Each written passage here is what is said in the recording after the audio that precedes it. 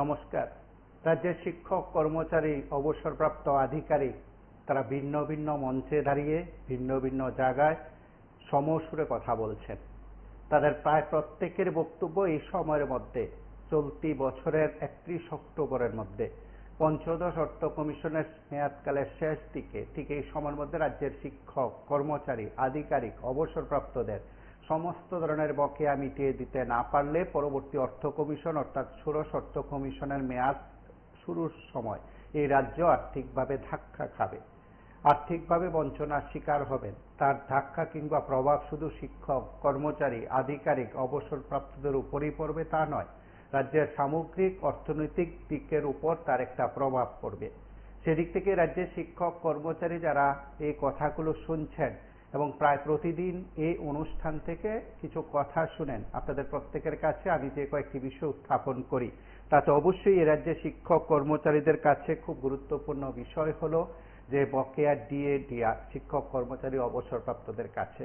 তার পাশাপাশি তাদের অনেকেরই বক্তব্য এই সময়ের মধ্যে অষ্টম বেতন কমিশন গঠন করাই খুব দরকার, অন্তত তাদের জন্য। তাদের অনেকেরই বক্তব্য বা সরাসরি অন ক্যামেরা এসে বলছেন রাজ্যের প্রাক্তন মুখ্যমন্ত্রী সুধীর রঞ্জন মজুমদার চতুর্থ বেতন কমিশন গঠন করেছিলেন, তারপর অষ্টম বেতন কমিশন গঠনের দাবি এখন জোরালো হয়েছে এই কারণে যে তারপর কোনো মুখ্যমন্ত্রী কোনো বেতন কমিশন গঠন করেননি। মাঝপথে যা যা হয়েছে তাই রাজ্যের শিক্ষক কর্মচারী অবসরপ্রাপ্তদের জন্য আর্থিকভাবে বঞ্চনায় শুধু নয়, তাদের কাছে আর্থিকভাবে একটা ধাক্কা সামিলও হয়েছে।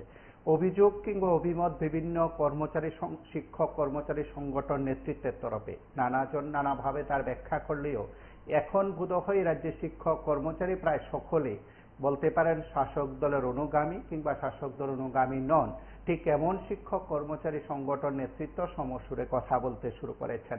তারা প্রায় নিজেদের মতন করে যে বক্তব্যগুলো রেখেছেন বা রাখছেন প্রায় প্রতিদিন কথাগুলো বলছেন। আমিও এই অনুষ্ঠান থেকে প্রায় প্রতিদিন আপনাদের প্রত্যেককে নিয়ে কথা বলার চেষ্টা করছি।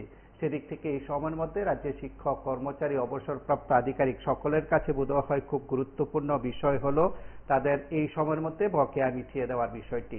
যারা রাজ্যের শিক্ষক কর্মচারী নেতৃত্ব রয়েছেন তাদের কি বক্তব্য আমরা শুনবো এই অনুষ্ঠান থেকে, আপনাদের প্রত্যেকের কথা শুনবো। এবং শুরুতে বলি যে আপনারা যারা বিভিন্ন সময় এই অনুষ্ঠানে কথা বলেন তারা তো জানেন, তার পাশাপাশি আপনারা যারা নতুনভাবে আমাদের সঙ্গে কথা বলছেন তাদের প্রত্যেকের কাছে অনুরোধ, যখন আমাদের সঙ্গে যোগাযোগ স্থাপন হবে আপনি বক্তব্য রাখবেন। আপনার বক্তব্য শোনানোর জন্য এই অনুষ্ঠান, কোনো প্রশ্নোত্তর পর্বে এই অনুষ্ঠান থেকে আমি আপনাকে বা আপনার উত্তর দেওয়ার জন্য নয়, আপনার কথা শোনার জন্য।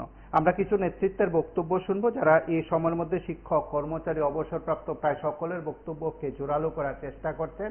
আপনাদের প্রত্যেকের বক্তব্যের পাশাপাশি তাদের বক্তব্য আমরা শুনবো।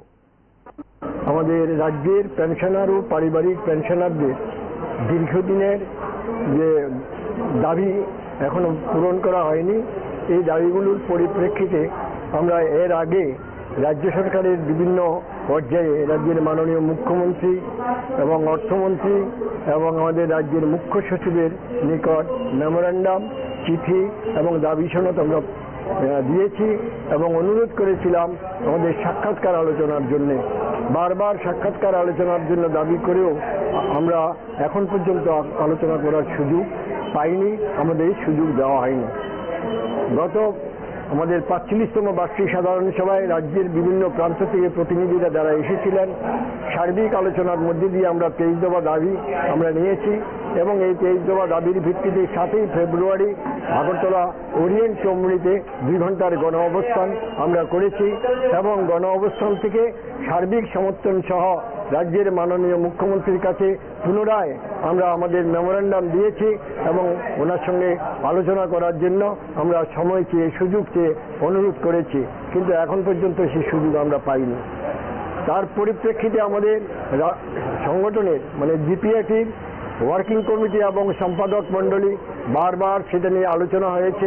আলোচনার মধ্যে দিয়ে আমরা এই সিদ্ধান্তে উপনীত হয়েছি আমাদের রাজ্যের বিভিন্ন ইউনিট এবং বিভিন্ন জোনাল থেকে প্রতিনিধিদের নিয়ে আমরা একটা জরুরি আমাদের সাংগঠনিক কনভেনশন, রাজ্যভিত্তিক সাংগঠনিক কনভেনশন করার সিদ্ধান্ত আমরা গ্রহণ করেছি।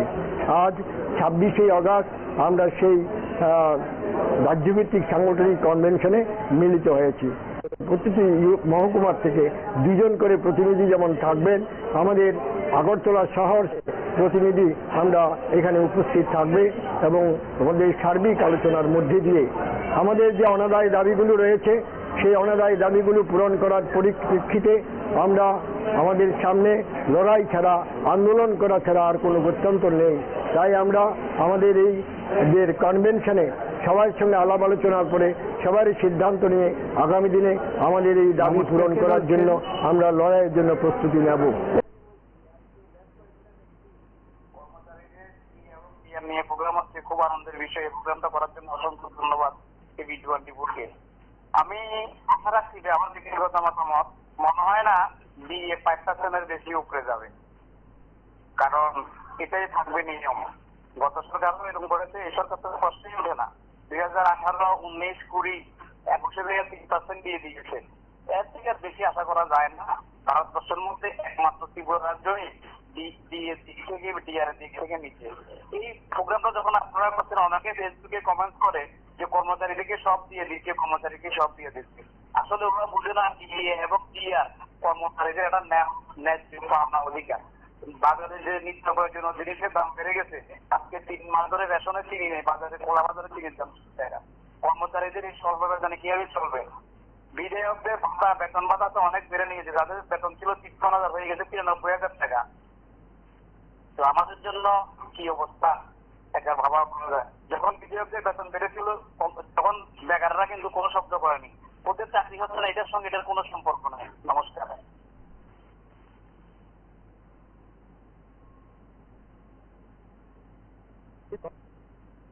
লড়াইয়ের জন্য প্রস্তুতি নেব। এর মধ্যে যেটি রয়েছে মুখ্যত দাবিগুলো হলো বকেয়া মহার্ঘ রিলিফ অক্টোবর 2025-এর মধ্যে মঞ্জুর করা। এটার হলো আপনারা এই যে আমাদের 22% এখন পর্যন্ত মহার্ঘ রিলিফ বাকি রয়েছে। আমাদের সামনে যে মানে ষোড়শ অর্থ কমিশন, এই কমিশন যে হয়েছে সেই কমিশন চালু হওয়ার আগেই আমাদের এই 2025 সালের মধ্যে অক্টোবর মাসের মধ্যে যদি আমাদের এই বকেয়া মহার্ঘ রিলিফ দেওয়া না হয়, মঞ্জুর করা না হয়, তাহলে ত্রিপুরা রাজ্যের শিক্ষক, কর্মচারী, পেনশনার এবং পারিবারিক পেনশনার তারা চিরতরে এই বকেয়া মহার্ঘ রিলিফ হারাবেন। এগুলি পাওয়ার কোনো অধিকার তাদের থাকবে না। তাই আমরা এই গভর্নমেন্ট পেনশনার্স অ্যাসোসিয়েশন মুখ্যত দাবি করছি রাজ্য সরকারের কাছে এই ষোড়শ অর্থ কমিশন শুরু হওয়ার আগেই আমাদের এই বকেয়া মহার্ঘ রিলিফ 22% মহার্ঘ রিলিফ অক্টোবর মাসের মধ্যে মঞ্জুর করার দাবি আমরা রাখছি। দ্বিতীয়ত, পূর্ব প্রতিশ্রুতি মতো 7ম বেতন কমিশনের সুপারিশ কার্যকর করা। 7ম বেতন কমিশনের যে সুপারিশ ছিল সেই সুপারিশগুলো সেখানে সরকার বলেছিলেন যে সেগুলিকে তারা কার্যকরী করবেন, কিন্তু দেখা গেছে এখন পর্যন্ত সমস্ত সুপারিশ কার্যকরী হয়নি। ফলে একটা ব্যাপক অংশের পেনশনার, পারিবারিক পেনশনার এবং শিক্ষক কর্মচারীরা তাদের বঞ্চিত হচ্ছেন, আর্থিকভাবে বঞ্চিত হচ্ছেন।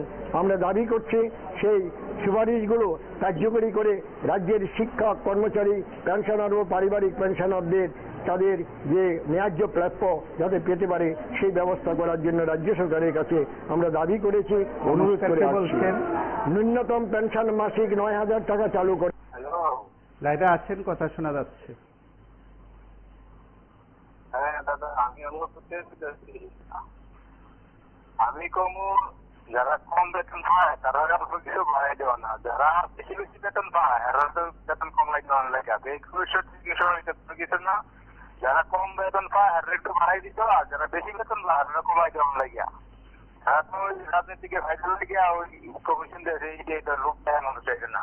সত্যিকারের ঘটনা যেটা, যারা বেশি বেতন পায় এরা যেমন কম বেতন দেয় একটু কমাই দেয়, যেমন আর যারা কম বেতন পাইতেছে, যারা সাধারণ লোক মানে কম টাকার বেতন থাকতে চায় এরা একটু বাড়াই দিয়েছে, যেমন তোমার টাকা পরিবারটা সেটুকুই তার। নমস্কার।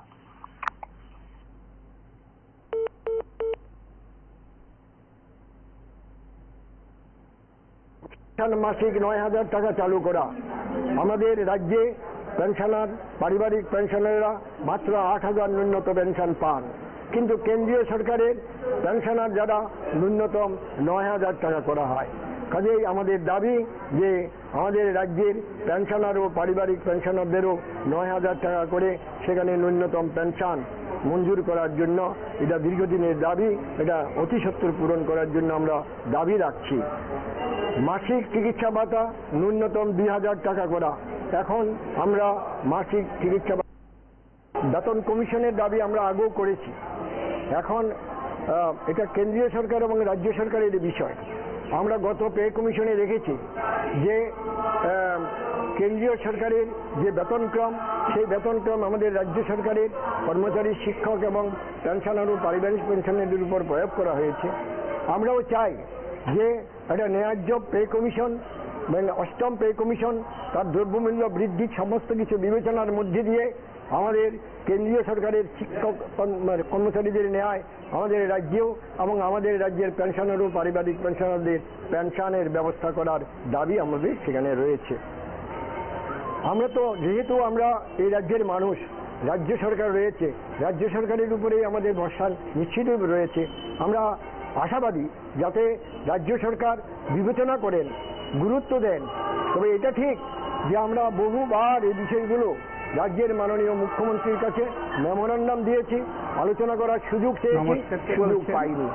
রাজ্যের মুখ্য সচিবের কাছে আলোচনা চেয়েছি। আমার বলার হতো যেমন ধরেন ওএনজিসি, এয়ারপোর্ট, রেলওয়ে, এরকম কিছু ডিপার্টমেন্ট আছে যেটা নাকি একটা নিচে কর্মচারী সেও প্রায় লাখ টাকার মতো মাইনা পায়। আর যারা বড় বড় অফিসার আছে 3 থেকে 4 লক্ষ টাকা মাসিক তারা বেতন পায়। এই যে বৈষম্য, এই বৈষম্যগুলি সমস্ত ডিপার্টমেন্টের যেগুলিতে এত বৈষম্য আছে, উপর মহলের মাইনা করে নিচের দিকে আনুক এবং আমাদের যে স্টেট গভর্নমেন্টের যারা কর্মচারী আছে বা পেনশনার আছে সেন্ট্রাল গভর্নমেন্টের সাথে সমান হারে বেতনটা করা হোক, পেনশন করা হোক। আর যারা হাই ফাই বেতন পাবে কোনো প্রয়োজন নাই। তাইলে কি হইব, দেশ চালাইতে সহযোগিতা করা হইব। যত করাপশন দুর্নীতিবাজ আছে তাদের কাজে লাগবে এই অফিসারগুলি। এই অফিসারগুলি তাদেরকে ধরপাকড় করবে। আর যদি অফিসারগুলিকে এই হাই ফাই মাইনা দেয় তাহলে কি হইব কি, এই ভারতীয় যে কতগুলি মানসিক বিমারি আছে, পরে ধন হক মাইনা খাওয়া, এরা মুক্তি পাওয়া যায়। তো এর লেগেই বেতন বৈষম্যটা সমান রাখা দরকার আমি মনে করি।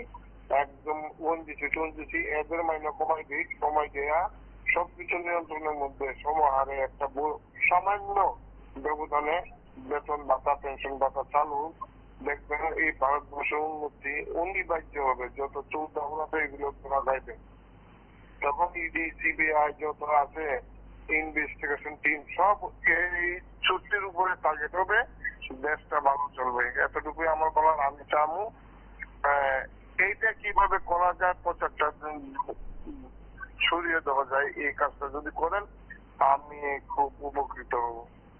নমস্কার দাদা।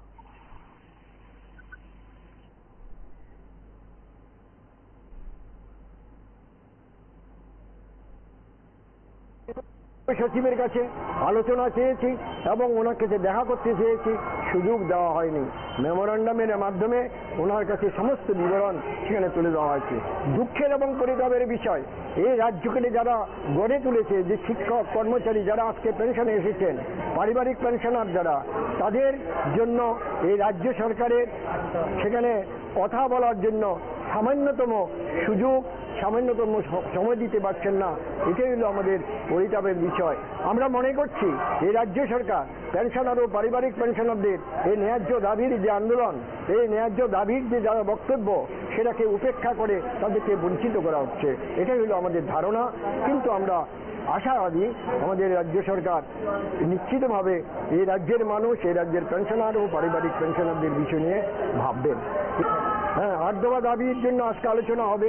আমরা একটা মুভমেন্ট প্রোগ্রাম নেওয়ার চিন্তা ভাবনা করব এবং মুভমেন্ট নেওয়ার জন্য আমরা যদি সিদ্ধান্ত গৃহীত হয়, আমরা প্রস্তাবিত সিদ্ধান্ত, আমরা এই দাবিগুলোর পরিপ্রেক্ষিতে আমরা রাজ্যের আগরতলা থেকে শুরু করে সারা রাজ্যের একই দিনে আমরা একটা মুভমেন্ট প্রোগ্রাম করব। পথসভা, বিক্ষোভ এবং আমাদের পোস্টারিং এবং লিফলেট, আমাদের দাবিগুলো এই লিফলেটের মাধ্যমে সাধারণ পেনশনার ও পারিবারিক পেনশনারদের কাছে আমরা আমাদের সাংগঠনিক পদ্ধতিতে আমরা পৌঁছিয়ে দেব। এই সিদ্ধান্ত আমরা এই ভাবনা নিয়ে চলছি এবং আগামী দিনে যদি এই 8 দফা দাবি এর মধ্যেও যদি পূরণ না হয়, কথা বলার সুযোগ দেওয়া না হয়, নিশ্চিতভাবে সংগঠন বসে থাকবে না। সংগঠন আবারও আলোচনার ক্রমে সেখানে আরও ব্যাপক এবং বর্ধিত আন্দোলনের কর্মসূচি নিতে আমরা চেষ্টা করব। আমার নাম বাদল বলছে, গভর্নমেন্ট পেনশনার্স থেকে বলছি। হ্যাঁ, বলুন।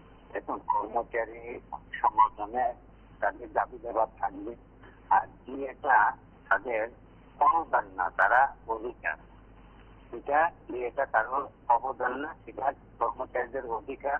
তার অধিকারটা দিতে আমাদের মাননীয় সরকারের কি এমন সমস্যা? কারণ তারা বলছিল যে স্বচ্ছ আরো স্বচ্ছ ত্রিপুরা, বিকশিত ত্রিপুরা। বিকশিত ত্রিপুরার মধ্যে এত ব্যবধান কি করে থাকে সেটা আমরা কোনো বুঝতে পারতাছি না। কারণ তাদের বেতন ভাতা কোন ডিগ্রি নিয়ে একজন বিধায়ক হয়েছে, বিধায়করা 5 বছর বিধায়কগিরি করবো, কিন্তু তাদের বেতন দেখা গেল 93,000 টাকা। তাদের দিয়ে বাড়ছে কোনো আন্দোলনের দরকার হয় না, তাদের বেতন ভাতা বাড়ছে কোনো আন্দোলনের দরকার হয় না। আর যদি সরকারি কর্মচারী হয় তার 5 বছর ফিস্টে থাকতে হয়, তারা কোন ফিস্টে থাকে? কেন এই ধরনের পশ্চিমবঙ্গে বিরোধীরাও দেখলাম যখন তাদের বেতন ভাতা বাদে বিরোধীর মুখেও কোনো কথা না, কিন্তু কারণ তারা সবাই পায়।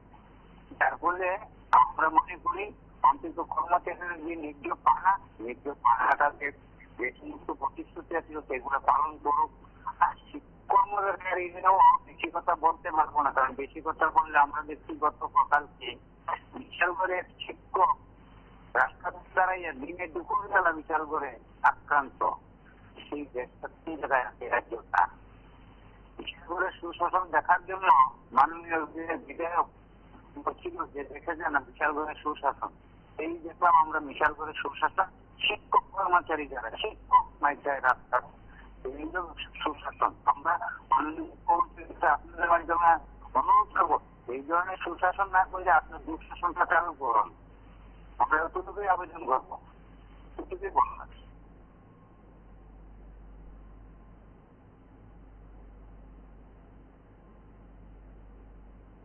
গভর্নমেন্ট পেনশনার্স অ্যাসোসিয়েশনকে 500 টাকা দেওয়া হয় না। আমরা বলেছি কমপক্ষে আমাদের সেখানে পেনশনার ও পারিবারিক পেনশনারদের 2,000 টাকা করে মাসিক চিকিৎসা ভাতা দিতে হবে। উৎসবের অনুদান আরো বৃদ্ধি করতে হবে, কারণ জিনিসের দাম বাড়ছে। কারণ উৎসবের যে অনুদান দেওয়া হয় এই দিয়ে আসলে উৎসবের যে বিভিন্ন বিষয়গুলো আমরা করে নিতে পারি না, সেই জন্য আমরা উৎসবের অনুদান আরো বাড়ানোর জন্য অনুরোধ রাখছি। বিদ্যুতের অতিরিক্ত মাসুল ও স্মার্ট মিটার সহ জলকর, সিএনজি বর্ধিত মাসুল এবং দুধের দাম বৃদ্ধি প্রত্যাহার করতে হবে। আজকে এই দাবিটা আজকে সারা রাজ্যের সাধারণ মানুষের যেমন দাবি, আমাদের রাজ্যের শিক্ষক কর্মচারীদের যেমন দাবি, আমাদের পেনশনার ও পারিবারিক পেনশনারদের দাবি। কারণ এই যে মাসুল, বিদ্যুতের মাসুল বৃদ্ধি, স্মার্ট মিটার এবং জলের কর এবং সিএনজি বর্ধিত মাসুল এবং গুনতির দুধ, এটা নিত্য প্রয়োজনীয় মানুষের। প্রতিটা দিন প্রতিটা মানুষ, প্রতিটা পেনশনার, পারিবারিক পেনশনার, শিক্ষক কর্মচারী ঘর থেকে বের হলে এই যে আঘাত তাদের উপর পড়ে, এই বৃদ্ধিজনিত আঘাত তাদের উপর পড়ে, আমরা এটা মেনে নিতে পারছি না। আমরা এই যে বর্ধিত মাসুল অবিলম্বে সেখানে প্রত্যাহার করার দাবি আমরা রাখছি। মহামান্য শীর্ষ আদালতের রায় অনুযায়ী 10 বছর 8 মাসের অতিক্রান্ত হওয়ার মধ্যেই কমিউটেশন রেস্টোর করা, এটা একটা অত্যন্ত গুরুত্বপূর্ণ দাবি। এটা আমরা মাননীয় সুপ্রিম কোর্টের রায় অনুযায়ী আমাদের রাজ্যেও আমাদের যারা পেনশনার, পারিবারিক পেনশনার, তাদেরকে এই কমিউটেশনের সুযোগটা দিতে হবে। দ্রব্যমূল্য বৃদ্ধি রোধ, রেশনের দোকানের মাধ্যমে নিত্য প্রয়োজনীয় দ্রব্য সরবরাহ নিশ্চিত করা এবং 25 বছর চাকরি করে পুরো পেনশন বঞ্চিত, পুরো পেনশন দেওয়া হচ্ছে না, মাননীয় উচ্চ আদালতের রায় অনুসারে তাদেরকে সেই পূর্ণ পেনশন দেওয়ার ব্যবস্থা অবিলম্বে করতে হবে। রেখেছি পেনশনার ও পারিবারিক পেনশনারদের পেনশনের বেসিকের উপর সহায়ক পেনশন অর্থাৎ বুস্টিং 65 বছরের বয়স থেকে 65 বছর থেকে শুরু করে প্রতি 5 বছর অন্তর অন্তর তা প্রদান করতে হবে। আমাদের এই মুখ্যত এই আশু জরুরি এই 8 দফা দাবি আজকে আমাদের যে রাজ্যভিত্তিক সাংগঠনিক কনভেনশন, এই সাংগঠনিক কনভেনশনে আমরা সার্বিক আলোচনার মধ্যে দিয়ে এই আশু দাবিগুলো নিয়ে আমাদের লড়াই আন্দোলনের সামিল হওয়ার প্রস্তুতি নেওয়ার জন্য আমরা এখানে মিলিত হয়েছি। আমরা নিশ্চয়ই আমরা এই লড়াই আন্দোলনের মধ্যে দিয়ে আমাদের অনাদায় পূরণ করার জন্য আমাদের প্রচেষ্টা উদ্যোগ সেখানে থাকবে। রাজ্যের পেনশনার এবং পারিবারিক পেনশনারদের এই ন্যায্য প্রাপ্য পাওয়ার জন্য আমাদের কাঁধে কাঁধ মিলিয়ে আমরা লড়াই করব। এই আশা প্রত্যাশা এবং অঙ্গীকার নিয়ে আমাদের এই সাংগঠনিক কনভেনশন শুরু করতে। যে কর্মচারী সে কর্মচারীদের বিভিন্ন দাবি দাওয়ার সঙ্গে পাশাপাশি আমাদের যে বকেয়া 22% ডিএ আছে সে ডিএ যাতে রাজ্য সরকার অবিলম্বে মিটিয়ে দেয় তার জন্য আমরা একটা দাবি রাখবো এখান থেকে আজকে। কারণ আমরা দেখেছিলাম বিগত দিনে বামফ্রন্ট সরকারের আমলে প্রত্যেকটা পে কমিশনের আগে 42%, 37% এই ধরনের ডিএ বাকি থাকতো। তো এখন যদি এই সরকারের আমলে এই ধরনের ডিএ বাকি থাকে তাহলে ওই সরকারের সঙ্গে আমাদের কোনো ফারাক থাকবে না।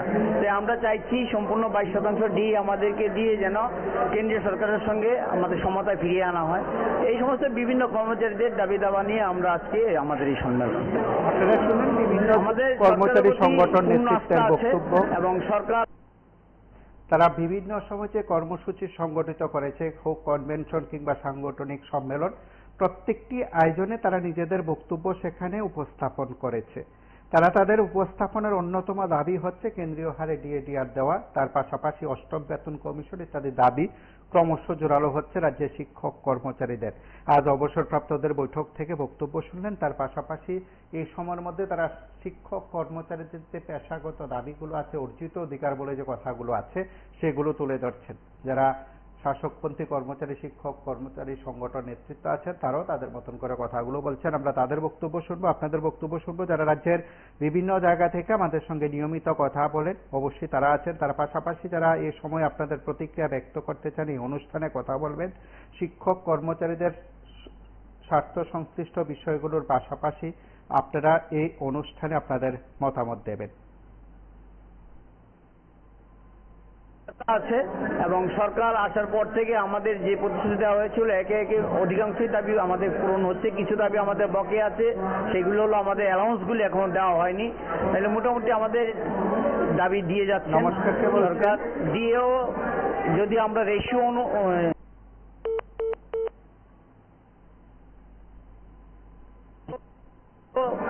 যদি আমরা রেশিও হিসাব করি তাহলে বিগত দিন থেকে এখন যে ডিএ রেশিওটা অনেক বেশি। আমরা 22% ডিএ পানা আমাদের অলরেডি সেন্ট্রাল 8ম বেতন কমিশন এসে গেছে। আগে একটা কমিশনের আগে আমরা 42%, 37% ডিএ বকেয়া থাকতো, সেই অনুপাতেও অনেকটা কমিয়ে আনছে।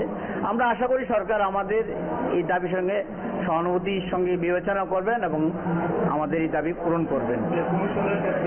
এটা বলতে আমাদের কোনো দ্বিধা নেই। 1988 সালে জোট সরকার আমলে সুধীর রঞ্জন মজুমদারের নেতৃত্বে 3rd পে কমিশন, 3য় বেতন কমিশন যখন ঘোষণা করা হয় তখন ভারতবর্ষের সমস্ত রাজ্যের তুলনায় সর্বোচ্চ বেতন কম ছিল ত্রিপুরা রাজ্যের কর্মচারীদের।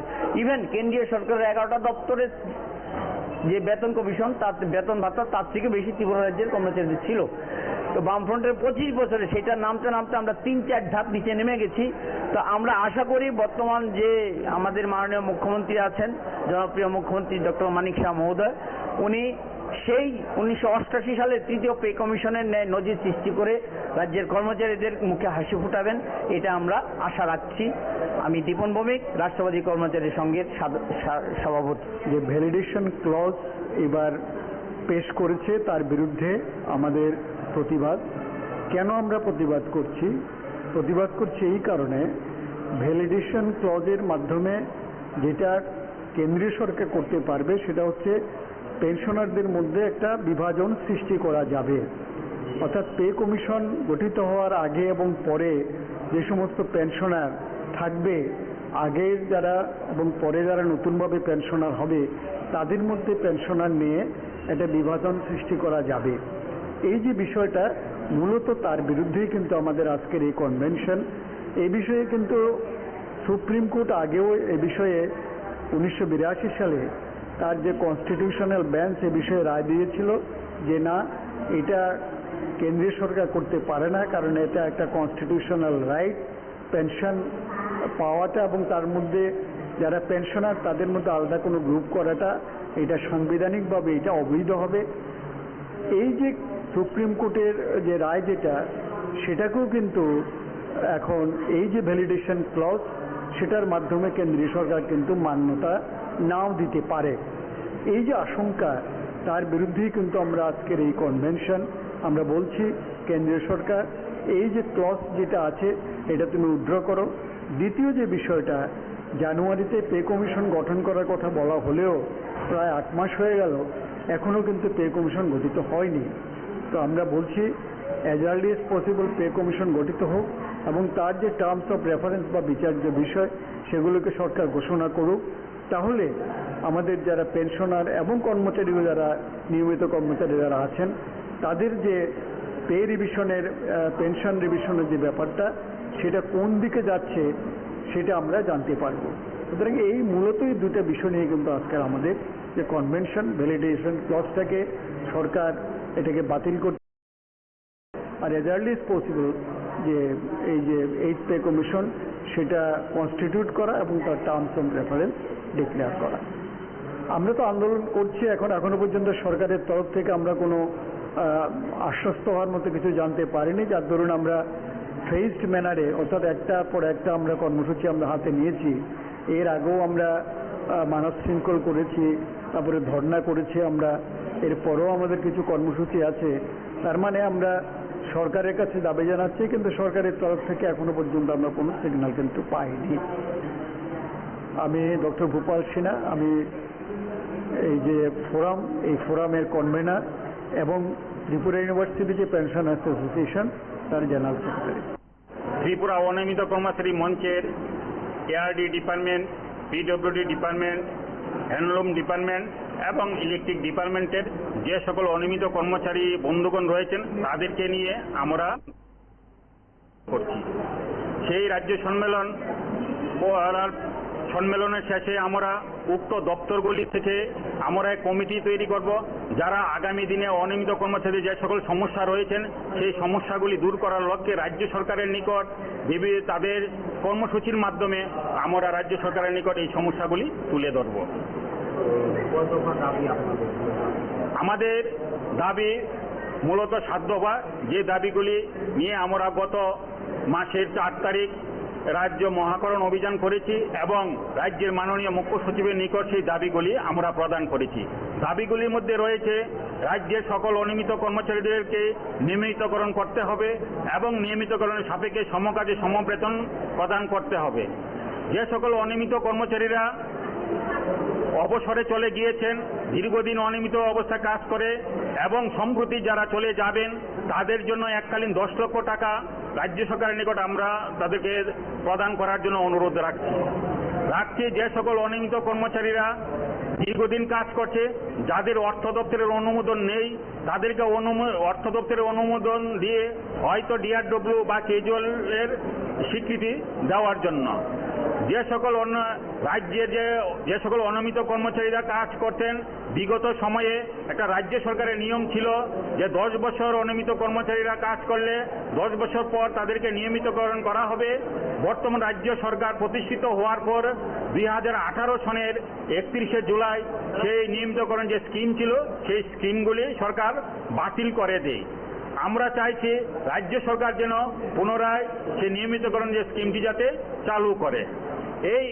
এবং রাজ্যের বিভিন্ন প্রান্তে রাজ্যের যে পাম্প অপারেটর কর্মচারী রয়েছেন, প্রায় 7 থেকে 8 হাজার কর্মচারী রয়েছেন, তাদেরকে রাজ্য সরকার যাতে অর্থ দপ্তরের অনুমোদন দেয় এবং নিয়মিতকরণ করার জন্য, যদি নিয়মিতকরণ না করে তাদেরকে যেন হয় ডিআরডব্লিউ বা কেজুয়ালের স্বীকৃতি প্রদান করে। আমাদের এই দাবিগুলি আমাদের রাজ্য সরকারের নিকট আমরা সেদিন প্রদান করেছি। কত বছর ধরে এই দাবিগুলো পেশ করছেন এবং আপনাদের কি মনে হয় সরকার এই দাবিগুলো পূরণ করবে?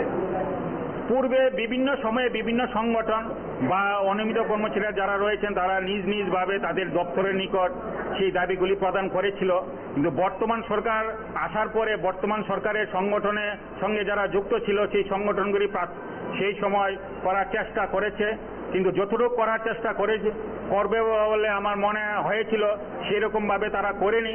কিন্তু বাধ্য হয়ে আমরা গত বছর 2024 সনের ডিসেম্বর মাসে রাজ্যের বরিষ্ঠ আইনজীবী শ্রী পুরুষোত্তম রায় মহোদয়ের ডাকে আমরা রাজ্যের যত অনিয়মিত কর্মচারীরা আছি তারা আমরা যুক্ত হয়েছি এক ত্রিপুরা অনিয়মিত কর্মচারী মঞ্চে আমরা গঠন করে, এবং সেই সংগঠন যেদিন প্রতিষ্ঠা হয়েছে সেই দিন থেকে আমাদের যে দাবিগুলি আছে সেই দাবিগুলি রাজ্য সরকারের নিকট আমরা প্রদান করছি এবং বিভিন্নভাবে কোনো না কোনো কর্মসূচির মাধ্যমে। আমি শ্রী রতন দেবনাথ, ত্রিপুরা অনিয়মিত কর্মচারী মঞ্চের যুগ্ম আহ্বায়ক। আজকের দিনে খুবই প্রাসঙ্গিক প্রশ্ন এবং প্রত্যেকটা কর্মচারীর মনের মধ্যে এই প্রশ্নটাই আজকে খুব জ্বলন্ত প্রশ্ন। তো আমাদের কাছে যেটা খবর এসছে সরকার অলরেডি এটা নিয়ে আলোচনা চলছে, তবে ডিএর ব্যাপারটা নিয়ে আমি নিশ্চয়ই সরকারের দৃষ্টি আকর্ষণ করতে চাইবো। আমরা অলরেডি মাননীয় মুখ্যমন্ত্রী, মাননীয় অর্থমন্ত্রী এবং মাননীয় আমাদের চিফ সেক্রেটারি স্যারের কাছে আমরা চিঠি অলরেডি দিয়েছি সংগঠনের পক্ষ থেকে, যে ডিএটা আছে আমরা আজকে 55% ডিএর থেকে আমরা পাচ্ছি 33%। তা আমাদের 22% ডিএ বকে আছে। যদিও বা সারা ভারতবর্ষে যেখানে রাষ্ট্রবাদী সরকারের গভর্নমেন্ট চলছে সব জায়গাতেই 55% দেওয়া হয়ে গেছে। আপনি আসাম বলুন, গোয়া বলুন, মহারাষ্ট্র বলুন, গুজরাট বলুন, হরিয়ানা বলুন, তারপরে হিমাচল প্রদেশ তো 56%, 1% আরও বেশি আছে। এমন বিহার, ইউপি, মধ্যপ্রদেশ, ছত্তিশগড় সব জায়গাতেই 55% আছে। আমরা আশাবাদী সরকার কথা বলুন। বলছি কি বলবো, মানে কিছু বলার ভাষা নেই। ওনারা তো বিদায়িতা করেন, মানে ওনারা বলেন যখন ইন্ডিয়ান সরকার, কিন্তু ওনারা কি বলবো, ওনারা নিজেরাই মানে কোন কিছু সঠিক বলতে কিছু করতে পারছেন না। ওনাদের রাজ্য যেখানে ত্রিপুরাতে ডাবল ইঞ্জিন চলছে, তারপরেও ইয়ের সমস্যা, যেগুলো রাজ্য সরকার ওখানে কিন্তু কমপ্লিট হয়ে গেছে। কিছু কিছু রাজ্য আছে বেশি কম। তারপর শুধু যেটা কি বলবো, এটা মানে একটা কোন বিষয় চলছে আমাদেরকে ইন্টারভিউ করছে না, গভর্নমেন্ট যদি বলছে না, এই চলছে সবকিছু মিলিয়ে। মানে কি বলবো, রাষ্ট্রপতি এটাই বলবো যে ওনারা 12%, 15% কিছুই দেবে না, আলটিমেটলি 2%, 3% দিয়ে বলবে না, আর হচ্ছে না, করবে না। এই চলছে দেশটাতে, ত্রিপুরাতে সেম চলছে। কিছু বলার নেই।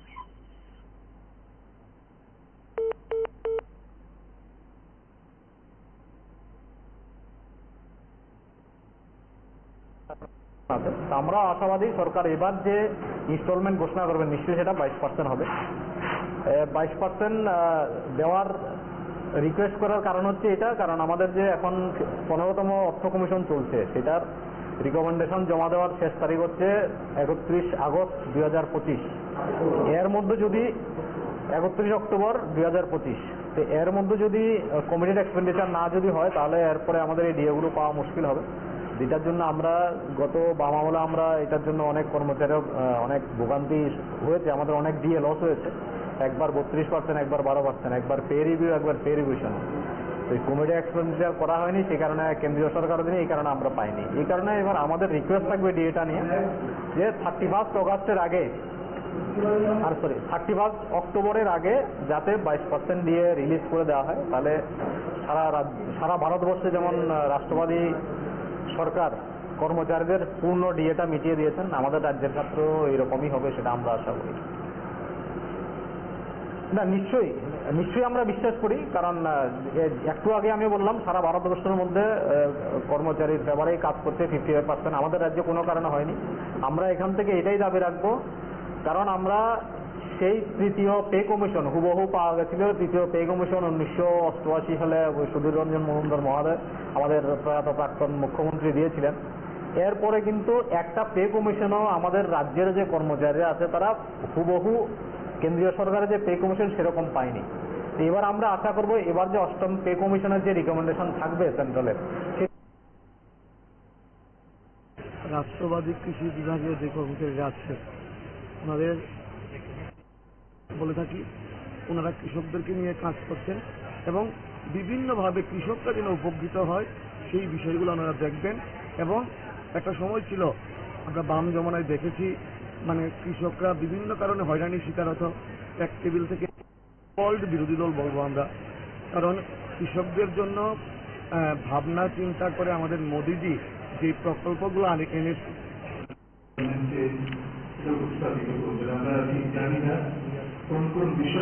সুধীর মজুমদার, যিনি আমাদের 1988 সালের পরে যখন জোট সরকার এসেছিল উনি মুখ্যমন্ত্রী ছিলেন, এবং ওনার নেতৃত্বে যেটা নৃপেন চক্রবর্তীর আমলের যে থার্ড পে কমিশন যেটা দেওয়া হয়নি, উনি এসে সেটা দিয়েছেন। নিশ্চয়ই সেটাকে আমরা সাধুবাদ জানাই।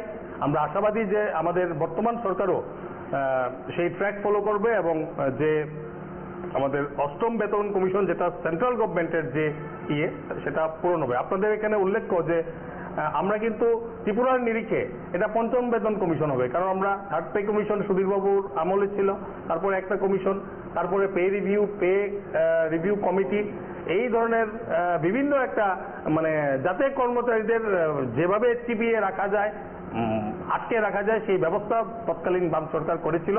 শিক্ষকদেরও প্রচন্ড ক্ষতি করেছে, তাদেরকে যেমন প্রাইমারি শিক্ষক তাদেরকে গ্রুপ সি স্তরে নিয়ে এসছে।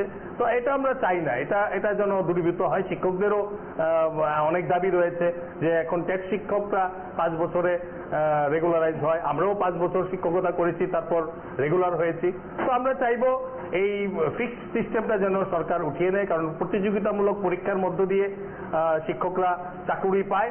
একটা সিডিপিও যদি প্রতিযোগিতামূলক টিপিএসসির মাধ্যমে চাকুরি পরীক্ষা দিয়ে যদি ওনারা রেগুলার স্কেলে চাকরি পায়, তাহলে ট্যাট শিক্ষকরাও সেই ওনাদের যে দাবি আমরা তার সঙ্গে সহমত পোষণ করি। আমরা জিওএস পরিবার ত্রিপুরা সরকারের একটি রেজিস্টার্ড সার্ভিস অ্যাসোসিয়েশন। বর্তমানে আমাদের 1500-র অধিক মেম্বার অফিসার এই সংগঠনে রাষ্ট্রহিতে কাজ করে চলেছে। তো আমরা একটি বিশেষ উদ্দেশ্য নিয়ে আজকে আপনাদের এখানে ডেকেছি, যার মাধ্যমে আমরা সরকার এবং জনগণকে বার্তা দিতে চাই রাজ্যের অফিসার, শিক্ষক এবং কর্মচারীদের সহ সমাজের অন্যান্য অংশের মানুষের যে মৌলিক বিষয় সেগুলো আপনাদের সামনে আমরা তুলে ধরবো, যাতে রাজ্যের জনগণ অবহিত হতে পারেন। আমরা গত 22শে অগাস্ট আমাদের এক প্রতিনিধি দল মাননীয় মুখ্যমন্ত্রী অধ্যাপক ডক্টর মানিক সাহা মহোদয়, ওনার অফিসে মাননীয় অর্থমন্ত্রী শ্রী প্রণজিৎ সিংহ রায় মহোদয় এবং সম্মানিত chief secretary government of Tripura ওনার অফিসে একটা রিপ্রেজেন্টেশন দেই। এই রিপ্রেজেন্টেশন কর্মচারী এবং আমাদের রাজ্যের অনিয়মিত যারা কর্মচারী তাদের জন্য আমরা দিই, এবং রাজ্যের বেকার ভাইদের জন্য আমাদের কিছু মৌলিক দাবি রয়েছে। তো আমরা জানি যে আমাদের সরকার দীর্ঘ প্রায় 8 বছর পরে অ্যাডহক প্রমোশন দিয়েছিল গত 2021 সালে একটি নোটিফিকেশনের মধ্য দিয়ে। তো এই অ্যাডহক প্রমোশনটা স্বভাবতই রাজ্যের যারা প্রমোটি, অর্থাৎ যারা দীর্ঘদিন বঞ্চনার পরে বাম প্রশাসনের বঞ্চনার পরে প্রমোশন পেয়েছেন, তারাও কিন্তু খুব একটা মানসিক যে স্থিরতা সেই অবস্থায় নেই। অ্যাডহক প্রমোটি হয়ে যখন রিটায়ারমেন্টে চলে যান তাদের কোনো পেনশনারি বেনিফিট থাকে না। তো আমরা রাজ্যের মাননীয় মুখ্যমন্ত্রী সহ যাদের আমরা কথা বললাম, প্রত্যেকের কাছে আমরা প্রথম দাবিটা যেটা রেখেছি সেটা হচ্ছে অ্যাডহক প্রমোশনকে রেগুলারাইজ করা। সেটা এর আগেও আমরা প্রায় 6 মাস আগে একই দাবি নিয়ে আমরা মাননীয় মুখ্যমন্ত্রীর গোচরে অবগত করেছিলাম। তো আমরা সেই বিষয়টি আবারও রাখছি, যাতে করে অ্যাডহক প্রমোশনের পরে যে সমস্ত পেনশনারি বেনিফিটস একটা এমপ্লয়ির প্রাপ্য সেটা যেন মিটিয়ে দেওয়া হয়। দ্বিতীয়ত যে বিষয়টা আমরা সামনে রেখেছি সেটা হচ্ছে, আপনারা জানেন আমাদের রাজ্যে পে কমিশন নিয়ে সেই বাম আমল থেকেই একটা বঞ্চনা চলে আসছে। সেটা আমরা দেখেছি যে কিভাবে 37% দিয়ে 42% দিয়ে গায়েব করা দেওয়া হতো। তো আমরা এই রাষ্ট্রবাদী সরকারের কাছে দ্বিতীয় যে দাবিটা রেখেছি সেটা হচ্ছে যেন অষ্টম বেতন কমিশন, যেটা কেন্দ্রীয় সরকার ষোড়শ অর্থ কমিশন গঠনের মধ্য দিয়ে মানে লাগু করতে যাচ্ছে, সেই ধরনের অষ্টম বেতন কমিশন হুবহু কেন্দ্রীয় সরকারের ন্যায় যেন আমাদের রাজ্যেও লাগু হয়, তার জন্য যে যে ব্যবস্থা নেওয়া দরকার সেটা যেন অবশ্যই সরকার নেয়, সেই দাবিটা রাখা হয়েছে। সেটা একটা কর্মচারীদের একটা সেন্টিমেন্টের ব্যাপার, একটা মৌলিক দাবি। কারণ আমরা বিশ্বাস করি যে কর্মচারীরা যদি রাজ্যের প্রকৃত যে বেতন, কেন্দ্রীয় সরকারের যে বেতন সেটা যদি পায়, তাহলে রাজ্যের অর্থনীতি উন্নতি হবে। একটা বিষয় এখানে উল্লেখ্য যে আমরা প্রতিবারই দেখি যে কর্মচারীদের বেতন দিতে গেলে পরে একটা অংশ আমাদের এই রাজ্যের জনগণ তারা একটা ভুল বিষয় সামনে রাখে, যেরকম মনে হয় যেন কর্মচারীদের বেতন দিলে পরে যেন বেকারদের চাকরি হবে না। বিষয়টা এরকম না, কারণ কর্মচারীদের বেতন দেওয়া হয় রেভিনিউ এক্সপেন্ডিচার থেকে, সেটা কোনো ক্যাপিটাল এক্সপেন্ডিচার নয়, সেটা রেকারিং বিষয়, সেই কর্মচারী এবং পেনশনার্সদের সে বিষয়টা থাকে। এই জন্য যে কর্মচারীদের যে দিয়ে দিলে পরে বা বেতন বৃদ্ধি হলে পরে তার সঙ্গে বেকারদের চাকরির কোনো সম্পর্ক নেই, অনিয়মিত কর্মচারীদের রেগুলারাইজেশনও তাতে কোনো সম্পর্ক নেই। এটা যদি বেতনটা দিয়ে দেওয়া হয় সেটাকে কমিটেড এক্সপেন্ডিচার করে সরকার আবার কেন্দ্রীয় সরকার থেকে সেটা পেয়ে যায়। তো এর অর্থনীতির বিষয়, সেটা নিশ্চয়ই সরকারের নজরে রয়েছে। তো আমরা আরেকটা যে দাবি রেখেছি সেটা হচ্ছে আমাদের 22% ডিএ এখনো রিলিজ করা হয়নি। আমরা বর্তমানে 33% ডিএ পাচ্ছি, সেটা কেন্দ্রীয় সরকারের একই বাজার থেকে আমরা কেন্দ্রীয় সরকারের কর্মচারী, রাজ্যের কর্মচারী বাজার করি। তো আমরা চাইছি যেন সরকার সেটা মিটিয়ে দেয়, আমাদের 22% যে ডিএ রয়েছে এবং সঙ্গে যে অ্যালাউন্স রয়েছে। আপনারা জানেন যে আমাদের যে হাউস রেন্ট সেটা সেই দীর্ঘদিনের পুরনো 3000 টাকা, আমাদের মেডিকেল অ্যালাউন্স দিয়ে সেগুলোও সেভাবে বর্ধিত করা হয়নি বা অষ্টম বেতন কমিশনে যেভাবে উল্লেখিত রয়েছে সেটা হয়নি। আমরা চাইছি সেই বিষয়গুলো যেন গভর্নমেন্ট অ্যাড্রেস করে, সেজন্য আমাদের একটা দাবি বেকাররা এখন একটা স্বচ্ছ নিয়োগ প্রক্রিয়ার মাধ্যমে চাকরি পায়, কিন্তু চাকরি পেতে অনেকটা দেরি হয়ে যায়। তো কি হয় যে 40 বছরে যদি, যেহেতু চাকরির বয়সের ঊর্ধ্বসীমা হচ্ছে 40 বছর, 40 বছরে চাকরি পেলে পরে 60 বছর রিটায়ারমেন্টে গেলে এই যে মাত্র 20 বছর চাকরি করার সুযোগ পায়। তো আমরা চাইছি যে আমাদের সরকার যেন সেটা বিবেচ্য বিষয় হিসেবে রাখে যে 20 বছর চাকরি করলে পরে পূর্ণ পেনশন বেনিফিট, অর্থাৎ ফুল পেনশন বেনিফিট যাতে পায় সেজন্য একটা প্রভিশন যেন গভর্নমেন্ট চিন্তা করে, সেই ব্যাপারে আমরা মাননীয় মুখ্যমন্ত্রী সহ অর্থমন্ত্রী এবং চিফ সেক্রেটারি মহোদয়ের নিকট আমরা দাবি রেখেছি। আরেকটা বিষয় যেটা উল্লেখ্য যে আমাদের সরকারের বিভিন্ন দপ্তরের প্রচুর আনফুলফিল্ড পোস্ট ভ্যাকেন্ট রয়েছে, সেগুলো কিভাবে একটা সিঙ্গেল উইন্ডো সিস্টেমের মধ্য দিয়ে এই শূন্য পদগুলো পূরণ করা যায়, যাতে আমাদের রাজ্যের যে অগণিত বেকার রয়েছে তাদের মুখে হাসি ফোটে। এবং সেই নিরিখে আমরা গভর্নমেন্টকে ধন্যবাদ দিতে চাই যে এখন নিয়োগ প্রক্রিয়া একটা স্বচ্ছ প্রক্রিয়ার মধ্য দিয়ে চলে এবং এতে করে কোনো যেটা আগে হতো যে পার্টির কালার বিচার করে চাকরি দেওয়া হতো, সেই বিষয়টি এখন নেই। একটা স্বচ্ছ নিয়োগ প্রক্রিয়া জারি রয়েছে, যাতে করে রাজ্যের বেকাররা আরো বেশি অধিক সংখ্যায় চাকরি পায়। তার জন্য যে বিভিন্ন দপ্তরে যে শূন্যপদ রয়েছে আমরা জানি সেটা বিশাল সংখ্যায় রয়েছে, সেগুলি যেন অতি দ্রুত সিঙ্গেল উইন্ডো সিস্টেমের মাধ্যমে ফুলফিল করা হয়, সে বিষয়ে আমরা দাবি রেখেছি। আরেকটা বিষয় যেটা আপনারা জানেন যে রাজ্যের প্রায় একটা বৃহৎ অংশ গ্রুপ ডি ডিআরডব্লিউ যাদের অর্থ দপ্তরের অনুমোদন রয়েছে। আমরা জানি যে 2018 সালের জুলাই মাসে একটা নোটিফিকেশনের মধ্য দিয়ে পূর্বতন যে সিস্টেম ছিল যে 10 বছর, 12 বছর, 15 বছর, 17 বছরে স্বাস্থ্য দপ্তরে যারা গ্রুপ ডি আছে, ডিআরডব্লিউ যারা শিক্ষা দপ্তরে রয়েছে বা বিভিন্ন দপ্তরে যারা রয়েছে তাদের নিয়মিতকরণের একটা প্রভিশন ছিল। আমরা চাইছি সরকার একটা এমন পলিসি তৈরি করুক যেন অনতিবিলম্বে আজকে যারা গ্রুপ ডি অনিয়মিত কর্মচারী আছে তাদের জীবনে যে একটা কালো মেঘ রয়েছে সেটা যেন কেটে যায়। সরকার নিশ্চয়ই সেই বিষয়টি ভেবে দেখছেন। এর আগের বিভিন্ন রিপ্রেজেন্টেশনও আমরা ওনাদের কথা উল্লেখ করেছি, কারণ একই অফিসে চাকরি করতে গেলে আমরা যেহেতু আধিকারিক আমরা দেখি যে তাদের যন্ত্রণাটা কতটা, কারণ প্রতিদিন তাদের সঙ্গে আমাদের ইন্টারাকশন হয়, কথা হয়, তারা নিষ্ঠার সঙ্গে অফিসগুলোতে কাজ করেন, কিন্তু বেতনের দিক দিয়ে তারা অনেকটাই বঞ্চিত। তো যাই হোক, এই বিষয়গুলো আমরা উল্লেখ করেছি। আমরা চাইবো এছাড়াও যে আমাদের আগের রিপ্রেজেন্টেশনে আমরা বলেছি যে রাজ্যের যারা সর্বশিক্ষার শিক্ষক আছেন তারাও সুন্দর কাজ করছেন, বিভিন্ন স্কুলগুলির যেভাবে তারা পাঠদান করছেন তাদেরকেও রেগুলারাইজ করা হোক, যে কোনো ভাবেই হোক, সেটাও আমরা আজকের এই মিট দ্য প্রেস থেকে আমরা চাইবো। তো আমরা নিশ্চয়ই চাইবো যে বিগত বাম আমলের যে বঞ্চনা রয়েছে ডিএ নিয়েই হোক, বেতন কমিশন নিয়েও সেটার জন্য আমাদের এই সরকার পুনরাবৃত্তি না করে সেই বিষয়ের জন্য সরকার এবং সরকারের যে প্রশাসন রয়েছে সেদিকে নজর দেন। এই হচ্ছে আমাদের আজকের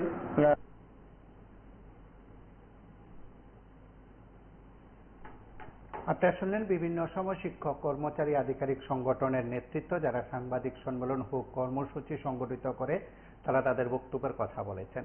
সেদিক থেকে এই সময় রাজ্যে শিক্ষক কর্মচারীদের বড় যে দাবিগুলো রয়েছে, প্রস্তাবগুলো রয়েছে, সেগুলো সরকারের কাছে পৌঁছেছে। অবশ্যই সরকারের প্রতিনিধিদের মাধ্যমেও পৌঁছানোর চেষ্টা হয়েছে এবং সেদিক থেকে রাজ্য সরকার কিংবা কেন্দ্রীয় সরকারের সহযোগিতা চেয়ে রাজ্য সরকার আগামী দিনে কোনো বড় ধরনের সিদ্ধান্ত নেবে কিনা সেটা সময় বলবে। তাছাড়া সেপ্টেম্বরের 19 সেপ্টেম্বর শুরু হচ্ছে বিধানসভার অধিবেশন এবং এই অধিবেশনে বড় ধরনের শিক্ষক কর্মচারীদের জন্য বড় ধরনের কোনো ঘোষণা থাকবে কিনা সেটা সময় বলবে। তবে শিক্ষক কর্মচারীরা ঐক্যবদ্ধ হয়েছেন, ভিন্ন ভিন্ন মঞ্চে হোক, ভিন্ন ভিন্ন জায়গায় হোক, কিন্তু সমসুরে তারা কথা বলছেন।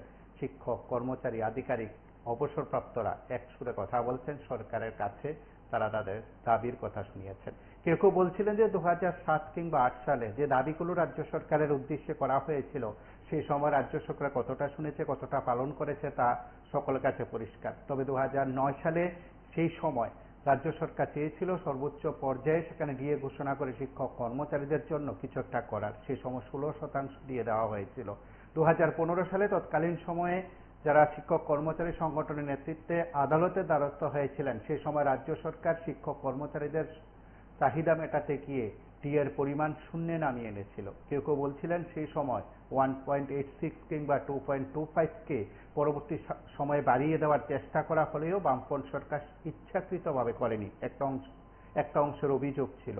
পরবর্তী সময় রাজ্যের সরকার পরিবর্তন হলো। সরকার পরিবর্তনের আগে বিজেপি কথা দিয়েছিল 7ম বেতন কমিশন হুবহু সেখানে কার্যকর করা হবে, কিন্তু আজও প্রশ্ন যদি করাই হয়ে থাকে তাহলে 2.72 কেন? এই প্রশ্ন শিক্ষক কর্মচারী আধিকারিক অভিভাবকদের। আজ এ পর্যন্তই। নমস্কার, শুভরাত্রি।